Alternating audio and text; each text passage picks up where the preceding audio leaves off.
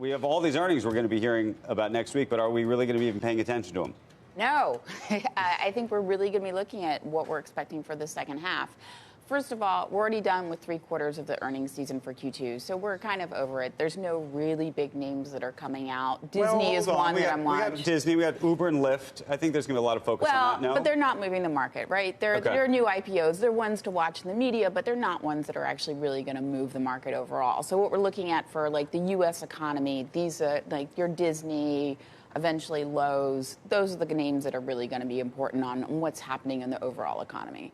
And so, for the most part, we have a really good sense of what Q2 is happening. Basically, we've gone from expecting a negative 2% contraction to positive 2% growth.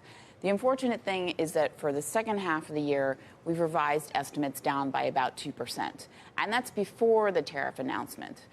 So, again, we could be looking at further revisions down for all your consumer stocks, consumer discretionary, some of your staples as well. And this could be a more meaningful impact. So if you're right, before everybody hits the LIE this afternoon, I mean, you should sell everything? Is that what you're trying to say? Well, given that so then we have the accommodative Fed, right? So I'm not saying sell just yet, but I'm saying it could be more volatility, just like what we've been seeing, where we have big up moves and then just like May, we go down by 15%. And so you could, again, see this market volatility of up and down, maybe slowly heading towards an upward trend, because ultimately we're still heading towards better growth, but it's going to slow down. And that'd be something that investors should really be aware of. Final word. Before you take your half day Friday, which I know you've already been up half the day already, what are you going to do?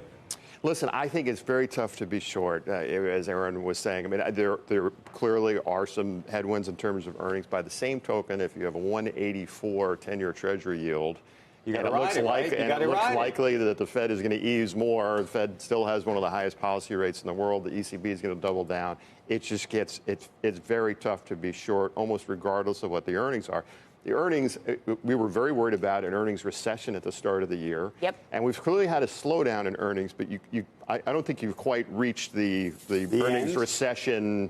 Now, I would ask you, Erin, do you get that in the second half of the year? We got 15 seconds. Oh, sorry. Yeah. Well, I can't answer that. Probably not, just like we'll beat it as usual.